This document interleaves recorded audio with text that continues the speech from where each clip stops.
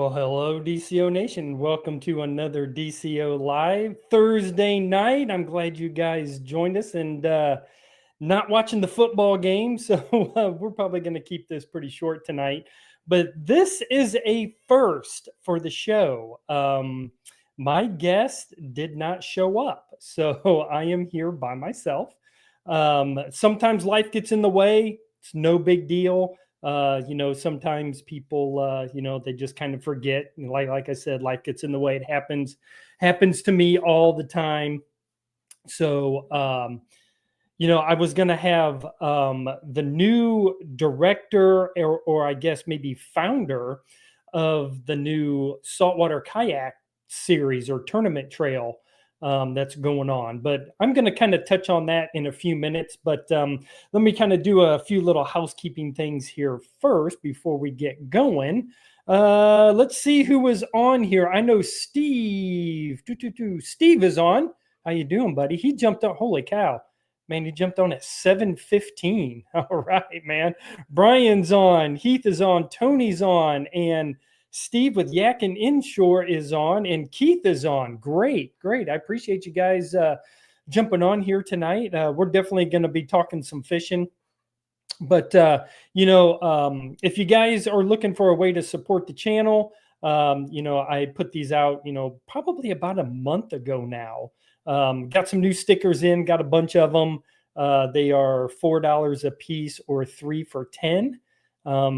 A lot of you guys have already picked up these, and I really do appreciate it. I don't think you guys know how much I appreciate you guys picking up these stickers and putting them on your coolers and your kayaks and stuff. So again, thanks guys. Troy, nice to see you, buddy. Appreciate you jumping on. But so next week there will not be a show. It is Thanksgiving Day, so I am not going to have a DCO live. So spend time with your family, watch some football. I know that's what I'm going to be doing. I'll be over at my oldest son's house. He's actually going to be hosting Thanksgiving for the first time, so that's going to be a ton of fun. And of course, we are Cowboy fans, and so Thanksgiving is one of our big holidays that we can sit and enjoy family and watch some football. And I don't know if you guys knew or not, but about maybe 5 years ago, maybe 6 years ago now, took the family down to Dallas on Thanksgiving for a Thanksgiving Day game. It was when the Cowboys beat the Redskins that year. And we sat at it would have been the south end zone. And so every time there was a field goal made, we were actually on TV. I was right on an aisle, and you could see me every time they kicked a field goal. It was crazy, but ton of fun. But anyway, no DCO live next week. But we'll pick it right back up that first week of December. So the new episode of Dead Calm Outdoors on the Outdoor Radio Network on iHeartRadio dropped on Wednesday. And I talked with Captain Jason Burton and Captain Chris Regan about their top 5 finish in the Southern Redfish Cup that took place down in Georgetown. Gosh, probably probably pushing almost 3 weeks ago now. And we kind of broke down their day and, their pre-fishing day and what they did to get on, it was 3 redfish bag, and the slot limit was 15 to 23 inches for that tournament. It was actually the South Carolina slot limit that they were shooting for. And they ended up coming in 5th place, which was, absolutely fantastic to have a couple of, local boys do really well in that tournament, and a couple of really good guys too. I've had Captain Jason and Captain Chris on, several times, throughout really the last year, probably even year and a half. You guys may know them from, the captains along the coast when I have, the 3, 4, 5 captains on. I am still planning on doing that. I've actually had, one question this was probably about 2 weeks ago, wondering if I was going to have the captains back on again. And yes, I am. I'm going to have them back on again, hopefully maybe in December, try to get them back on and talk about, winter fishing and how that really changes. So, catch that on the Outdoor Radio Network. And you can also catch it on Spotify. Just search Dead Calm Outdoors and it'll pop up, and on YouTube. I actually dropped it onto YouTube also. So a couple of different places that you can catch that interview. So the original topic that I wanted to talk to you guys about was the new Saltwater Kayak series. So this is a tournament series that this gentleman, his name was Joe. And like I said, I've been texting with Joe the last couple of weeks, and he put together this kayak series. And there are multiple states. I'm actually going to throw up the schedule. So this is the 2026 schedule. So there is going to be a tournament right here, January 17th in Clearwater, Florida. It's going to be the Tampa Bay Classic. And then on February 21st in St. Augustine, Florida. Now, I'm actually going to go down and I'm going to fish that tournament in February. I've already been kind of scouting out some areas, and I've been reading the rules. And basically the way they're doing it is they're giving you a geographic region that you can fish, like no further north than this line, no further south than this line, no further west than this line. And you can fish any public landings within that geographic location.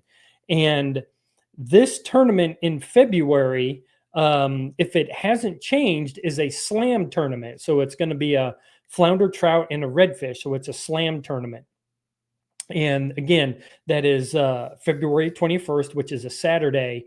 And I plan on going down there for a couple of days doing some pre-fishing because I've never fished that area. I don't know anything about it. And so I plan on going down there and doing that one. But one that you guys here in South Carolina will probably be interested in, there is a South Carolina stop, the Low Country Classic right here in Charleston, South Carolina. I haven't read the rules or anything on that yet. I've just read the one in February in St. Augustine, but there is going to be a tournament in Charleston. And then right into Louisiana, there'll be a tournament in Texas in May. And then in September, the final round, round 6, is going to be Lake Charles in Louisiana again. And then in October, the 24th and 25th, there was a 2-day championship in Mobile, Alabama. Now, how you qualify for that tournament is you have to fish any 2 events throughout the year, and you automatically get qualified. So it doesn't have anything to do with, well, I'm sure it probably has to do with maybe some points. I'm not exactly sure, but I know the only thing that you need to do to qualify for that championship is to fish 2 tournaments. Okay. I'm sure there's probably going to be some kind of angler of the year gets qualified, maybe if you place or something, I don't know. But I will get clarification on that kind of stuff. But the Saltwater Kayak series, they have a ton of great sponsors. You can see one of the main sponsors is Boondocks. And so, yeah, check them out on Facebook. Go to Saltwater Kayak series on Facebook. Give it a follow. And like I said, jump on there. And if you guys like to do the tournament stuff, jump out there and do it. I've really been getting into it and really enjoying it. So, I'm still going to try to get Joe on here, maybe before the first tournament there in January, so that he can, really clarify the rules and, all the ins and outs of the tournament. So, I can tell you, let me see, on the February 21st tournament, the First Coast Shootout in St. Augustine, Florida, The entry fee is $125, and then they have some side pots like big fish, big trout, big flounder, stuff like that. And there's some side pots. And I want to say those were like $5 to get into. Again, don't quote me on that, but you can go over onto Fishing Chaos. That's going to be the app they're going to be using for the tournament. All of you guys who have fished any of the Low Country Kayak Anglers events, you guys know about Fish Chaos. They're going to be using that same app. So you can go over there right now and you can check that stuff out. You can also go to their Facebook page and check out all of the details there. So again, guys, if you have any questions, I would probably save them or go over to Facebook. So excuse me. I'm doing a whiskey tonight. I'm doing American tonight. I know every once in a while I get the question, but that's what I'm doing tonight. So, one of the things that I can talk about tonight is I went fishing last Friday, and I got out and the tides were great. So I got to actually fish. I went to Merle's Inlet and I fished the last couple hours of the outgoing tide, the bottom of the tide, and the first couple hours of the incoming tide. And I wanted to get out there because one, I kept hearing about the redfish were just absolutely on. So I wanted to get out there and I wanted to throw nothing but the smaller baits. When I interviewed Captain Tanya a couple of weeks ago, one of the things that she was talking about was using the smaller bait profiles. So that's pretty much all I threw that day was the smaller slim swims. And I just absolutely killed them. I think I ended up catching 12, 14 redfish. I'm just starting to edit the video now. So, I'm kind of going through and trying to get a count of how many, but, there was nothing of really any size. So the smallest was under slot and my biggest was maybe 16 or 17 inches, but a ton of fun. That is a lot of great fun fishing. I found a small school of fish where I think I caught probably about 6 out of those 12 or 14 that I caught during the day was off of that little school. And you know how they talk about redfish school up pretty much around the same size. That's what they were. They were all 15, 16 inches. And every time I would throw the little slim swim over there, they would nail it. I mean, they were absolutely keyed in on those smaller bait profiles. When I was out in those creeks at low tide, I was looking around to see, what bait was still in these creeks. And it's just these small little glass minnows. Again, you guys have seen this before. Here's the little white slim swim. This is like that 2-inch slim swim on that 1/8 of an ounce. But this mimics that little glass minnow that I was seeing all over the creeks that day. So I threw the 2 colors that I threw that day was blue glimmer and space guppy. And the space guppy, do I have that one over here? Nope, I do not. So the space guppy color is basically like a darker top or a back with like a chartreuse body. And it worked great. The space guppy was a 3-inch and the blue glimmer was a 2-inch. So just a little bit smaller profile. And they hit them both. So it was, either one, and they were both on an 1/8 of an ounce trout eye and just was wearing them out. I went up into this one creek where I found that one small school. I kind of caught, I want to say maybe 3 or 4, and then I kind of left them and I pushed up into the creek. I saw some fish, couldn't really get one. I lost one, hooked up, lost him. and then ended up landing a 16-inch up there. Kind of worked my way back out of that creek and thought to myself, I wonder if there's some more fish in that one hole.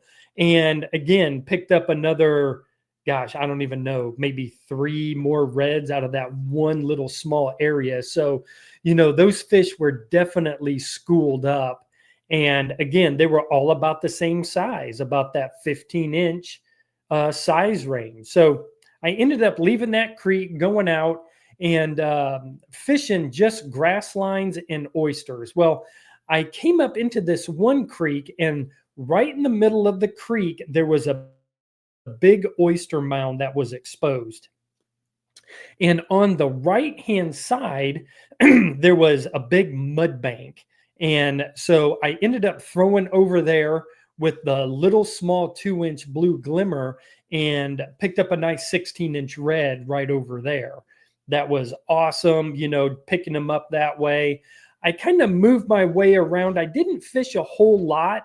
I went back to Weston Flats, and the water was just starting to come in. There was just enough water for me to pull my drive and to paddle across Weston Flats to get over into like Oaks Creek over that way. And so I went over that way. I did see a few fish on the flats. I couldn't get them to eat. I kind of stood up. I think I probably spooked them, but it was pretty skinny. It was probably a foot or less of water, which is what I love to fish. But working in and out of all that basically a big oyster garden, I just couldn't get one to eat. So pushed up into the creek. I went back to the Space Guppy and picked up a couple more redfish, and then worked up another little creek and picked up another redfish. So it was just kind of that kind of a day where the reds were hitting. I think I caught most of the reds on the outgoing and the bottom of the tide, and just a little on the incoming. Once we got, towards that middle of the incoming tide, the redfish bite pretty much shut off. I couldn't find any more, and that's when I just went ahead and I pushed into the landing, and I was back home by 1 o'clock. So it was a great day of fishing. But that's what I was seeing, was the small little glass minnows and very small shrimp. Again, 2 inches, maybe 3 inches, but all of that finger mullet size bait that's running around the creeks right now, I did not see the 4, 5, 6-inch mullet. I was not seeing those at all.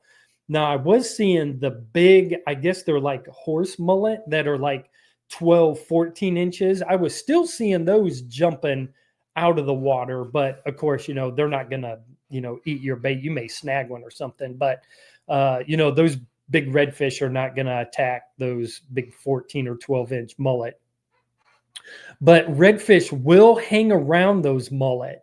When I see those big mullet jumping, I do take the time to throw around them, because the reason those redfish will hang around those mullet is, as those mullet are kind of swimming and jumping, they are stirring up the bottom, and they may kick up some kind of a meal for those reds that are kind of cruising around them.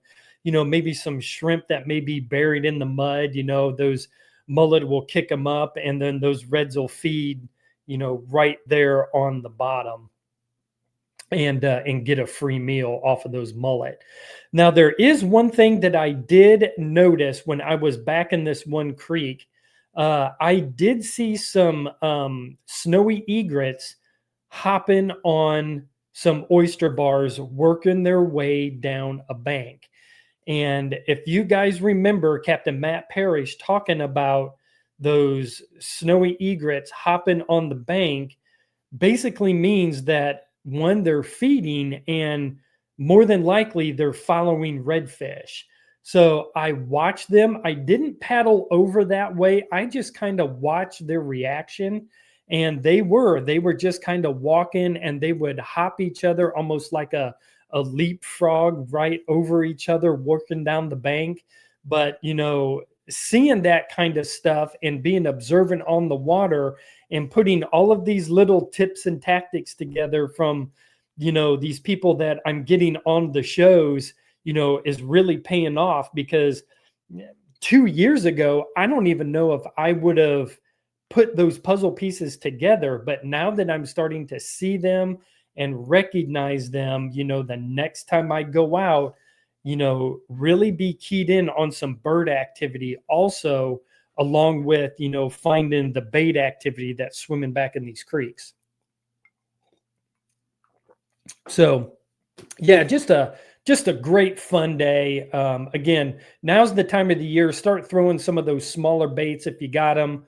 I know Heath has been throwing the new 2.5-inch Prawn Star from Z-Man. And I'm actually going to go pick myself up a few probably tomorrow. If I get out fishing this weekend, and throw those around a little bit so I can give those a try. And the salty Ned shrimp work really well also. And I've got a couple of those in my kayak also. But guys, if you have any questions, throw them up into the chat box and I will definitely get to them. There was a question that I wrote down that I have up here. Now, this was probably, I'm going to say probably about 6 weeks ago. This question was dropped in one of the Facebook groups, and it's from Darman Weaver. Now, he's a local guy. You guys probably know Darman. And man, excuse me. Got a tickle in my throat. So you guys probably know Darman. And but he asked in this Facebook group, he said, do you use your dominant or non-dominant hand to reel your bait caster or spinning reel? So I actually use my non-dominant hand to reel, which would be my left hand. My left hand is non-dominant. I'm a right-handed guy.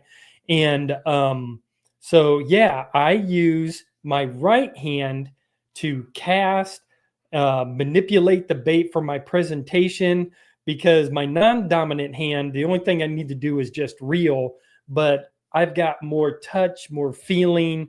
I don't know how else to put it, more athleticism with my right hand than I do with my left. So, if I need to fight and play something, I'd rather have it with my stronger hand, my dominant hand, and just reel with my non-dominant. So that's how I do it. I don't know how you guys do it. Throw in Steve with Yak and Inshore, he just threw up there non for me. Same here. Yeah, so non-dominant hand. Yeah, throw up in the chat box if you guys are. Let me see, Keith. For me, dominant for bait caster, non-dominant for a spinning reel. Okay, that's different. Awesome. So yeah, man. I thought it was an interesting question. So I wanted to kind of throw that up there. Hang on, I think I got something. I think there was a question in here from Joe. Joe, good to see you, buddy. Haven't seen you out on the water. I think I caught up with you, maybe a month or two ago when I caught you out there on the water, but appreciate you jumping in here tonight. He says, when you fish the flats and the water drains out, how do you get back to the oyster landing? Do you go back through the flats before the water gets too low, or do you go by the inlet area? Well, I guess it just kind of depends on where you want to fish. A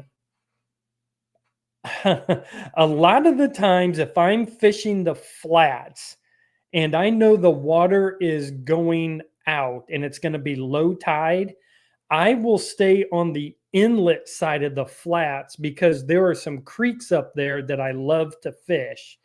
And then I will let a little bit of water come back in and then cross back over the flats.